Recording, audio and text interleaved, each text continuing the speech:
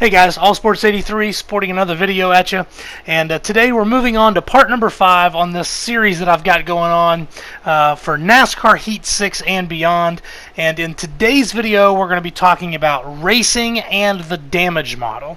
So most people probably think I should have started this video series talking about racing physics and the damage model, since that's really what the core of the game is really about.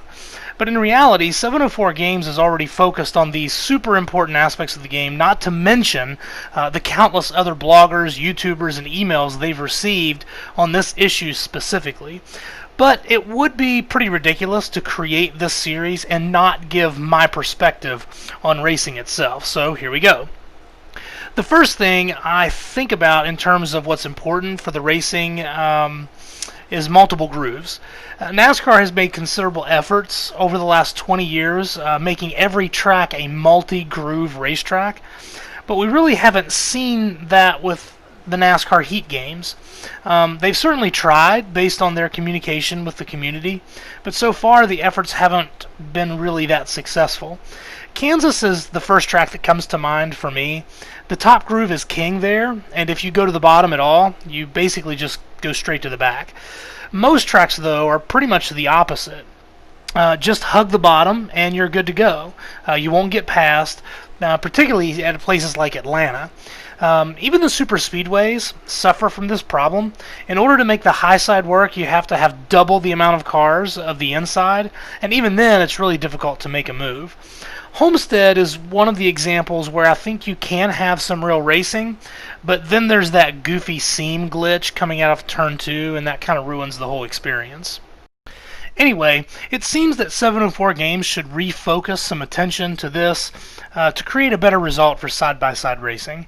Also, there's another small point that I just want to go ahead and throw in right now, and that is that there needs to be some improvements made with the interaction with other cars on the racetrack. Although I've really had no major issues with the AI on these games, there is some weird things that are happening that I think need to be addressed. For instance, sometimes the AI can't differentiate between push drafting and aggressive contact. Time and time again, I'll be behind two cars racing side by side, and I'll pick one to draft and push both of us past the other car, but at the end of the race I'll get a tweet that the driver I pushed is mad that I was running into them. Also at super speedways, I'll be behind a driver and the draft partner just will not activate, which means if I make any contact, again, it'll get me in a lot of hot water with that driver, and it'll create a rivalry where I wasn't intending to do so. So maybe 704 Games should implement a way for the player to clarify the intentions. I know previous games have included a button that activates the partner draft so the car in front of you understands what you're trying to do. I don't have an exact fix for this, but I do think that there needs to be some attention drawn to it. Next is a short conversation about tire wear. While the durability of the tires should be different at each track, it seems that the developers at 704 Games need some significant improvement in understanding this the right way. The two tracks that are toughest on tires in real NASCAR are Atlanta and Darlington, but it seems that in the game you can last a full fuel run on these tires. While your car is slower on lap times, the handling really doesn't change that much. Any difficulty at Darlington really has nothing to do with the tires, but the glitches on the track itself. You compare that with, say, 10 laps into Texas or Homestead, and the car is basically undrivable, especially off the corner. So it seems each track needs an overhaul on how tire fall-off affects the lap times and handling of the cars in the future. There also needs to be a better balance on these cars being out of control when the tires fall off at all. I understand that the car with worn tires will be a little more difficult to drive, but dang, some of these tracks in the current games are just way too difficult under modest tire wear, much less at the end of a fuel run. Okay, let's move on to cautions during a race.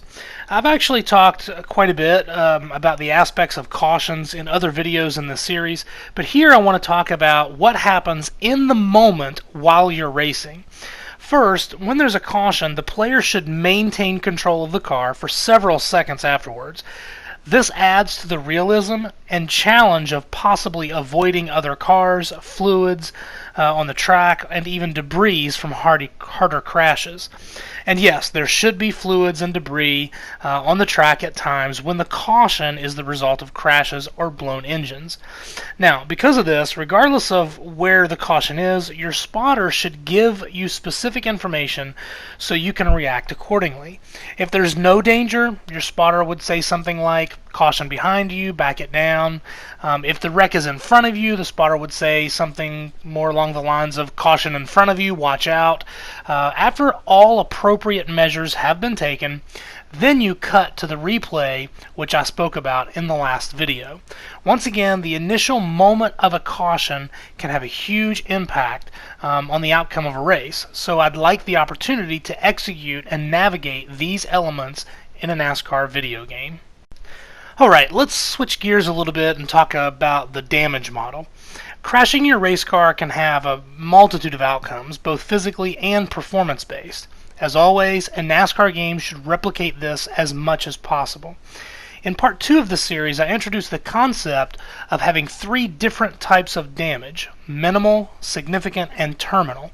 Minimal damage is the result of slight contact with the wall or other cars. I'd say the damage model for this kind of damage should reveal a slight displacement of the hood, or maybe something along the side of the car where the contact was made, or maybe a slight cave-in at the rear bumper, or something like that. Now, fixing this type of repair almost always requires large strips of tape to restore the car to its original aerodynamic form. Therefore, the repair damage model should reflect that in the game.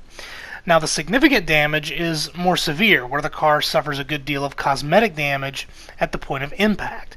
Sheet metal sticking out from being ripped, the nose of the car being caved in, the side of the car being scraped and flattened out even from the wall. These are some of the visuals we should see after this kind of contact. In addition, maybe certain functions of the car are affected, hindering the performance of the car. For instance, pancaking the wall may result in a vibration, and your steering in the game would be affected. This internal effect can be fixed on pit road, but it's likely you won't return to race-winning speed. As for the damage model, of this kind of damage, sections of sheet metal are cut off, exposing the underneath section of the car. Also, even more large pieces of tape to hold the car together is what the car should look like after coming off pit road once sustaining this kind of damage. Finally, terminal damage simply ends your race. You've hit the wall or other cars so hard your tire flew off, or the back of your car is missing completely. Wherever the point of contact is, that part of your car should be so destroyed there's no question your race is over. There should be parts and pieces of your car laying all over the place.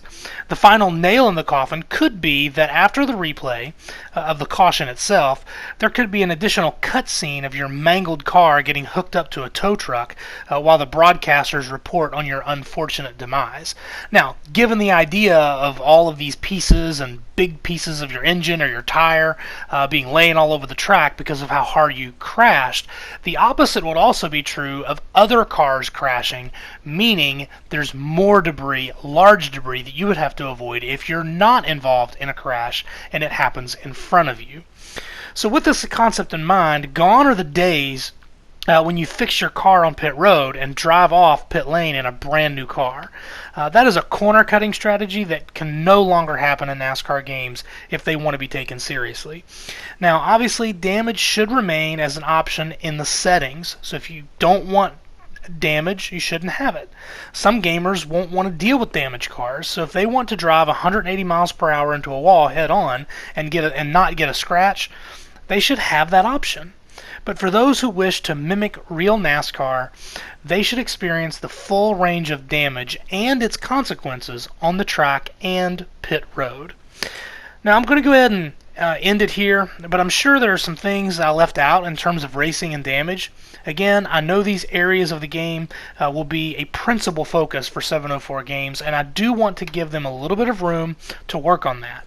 But there's no reason that you shouldn't hop in and comment in the section below. Let me know what you think. Give me your aspects and what's important to you when it comes to maybe the racing physics or the damage model. What about this part of the game do you most want to see?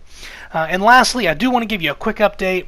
I did send the previous 4 videos to 704 Games, and I did receive a response to the email from the customer service department, and that customer service rep did indicate to me that they would be passing those videos on to the developers. So hopefully we'll see some more updates in the future. I do appreciate the efforts by 704 Games to listen to the racing community. We said that from the beginning, and it seems to be that they're continuing to do that, and I do hope to get some further feedback and information moving forward. But hey, that's it for this video. I hope you guys enjoyed it, and like I said, let me know what you think in the comment section below, and so we can continue the discussion and hopefully help this developer create better NASCAR games in the future. Thanks again, and have a good one.